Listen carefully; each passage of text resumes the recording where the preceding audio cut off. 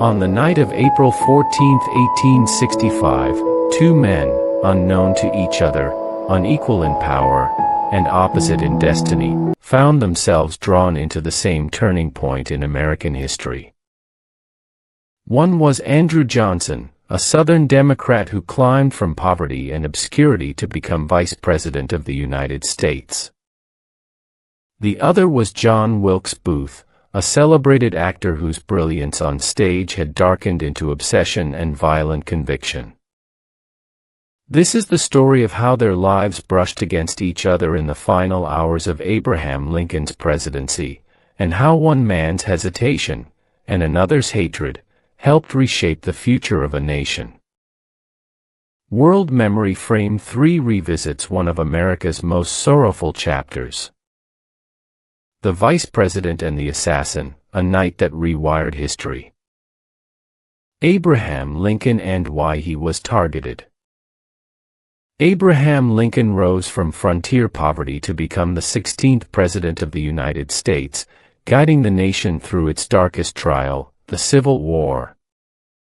He preserved the Union, abolished slavery, and began imagining a future built on reconciliation rather than revenge. By April 1865, with the Confederacy collapsing and millions enslaved people newly freed, Lincoln had become a symbol of a new America. But that same symbolism made him a target. To many Confederate loyalists, Lincoln represented everything they feared. The end of the slave system. The defeat of the Southern cause. The rise of a stronger federal government.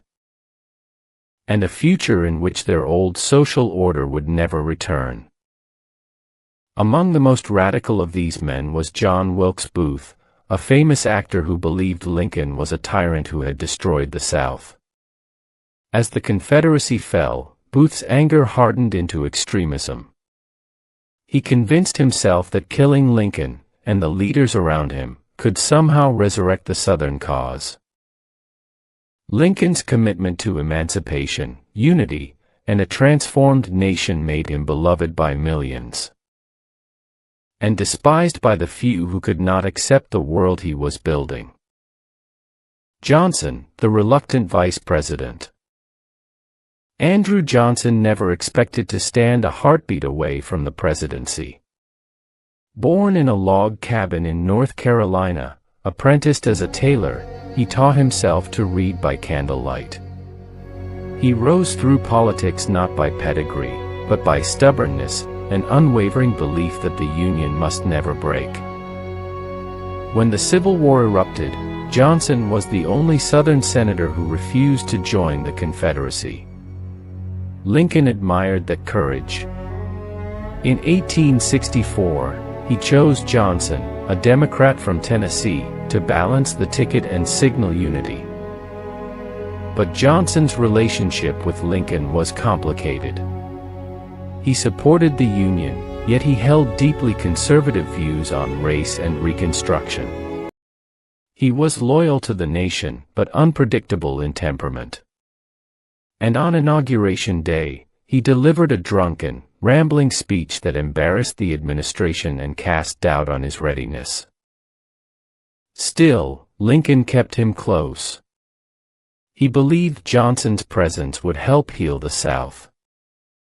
No one knew how soon Johnson would be called to lead.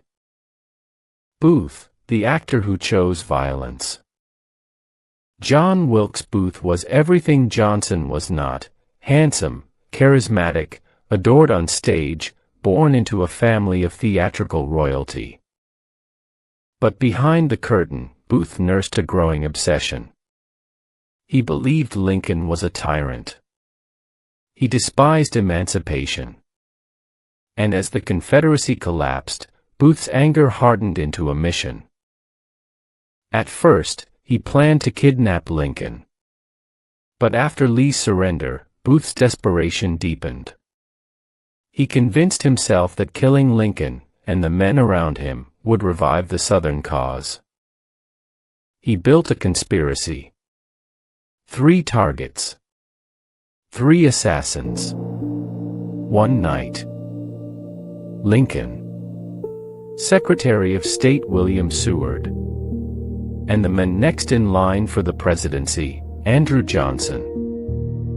The missed killing of Andrew Johnson. Booth assigned George Atzerodt, a German-born carriage painter, to kill Johnson. The plan was simple. Atzerodt would go to Johnson's room at the Kirkwood House Hotel, knock on the door, and shoot him.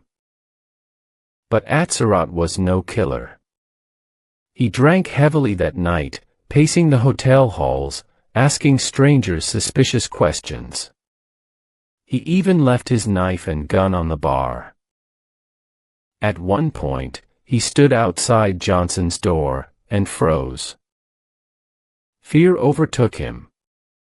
He walked away. The man who would become president survived not because of guards or strategy, but because his would-be assassin lost his nerve. And the man next in line for the presidency. The shot that changed everything, 6:30 to 8 o'clock. While Atzerodt faltered, Booth did not.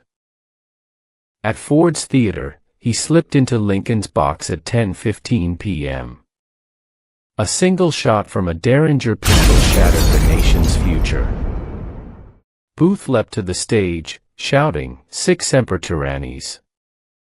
Thus always to tyrants!" He fled into the night, believing he had struck a blow for the South.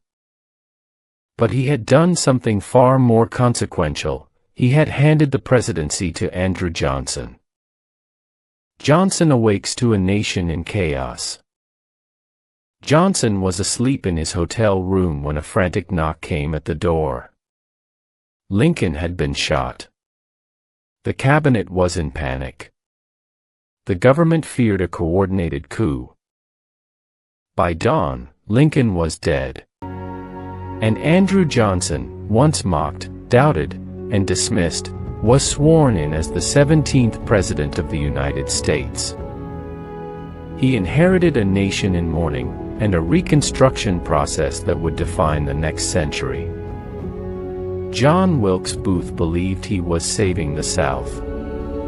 Instead, he unleashed a presidency that would fracture Reconstruction, empower former Confederates, and shape racial politics for generations. Andrew Johnson never asked for the moment that found him. But history does not wait for readiness.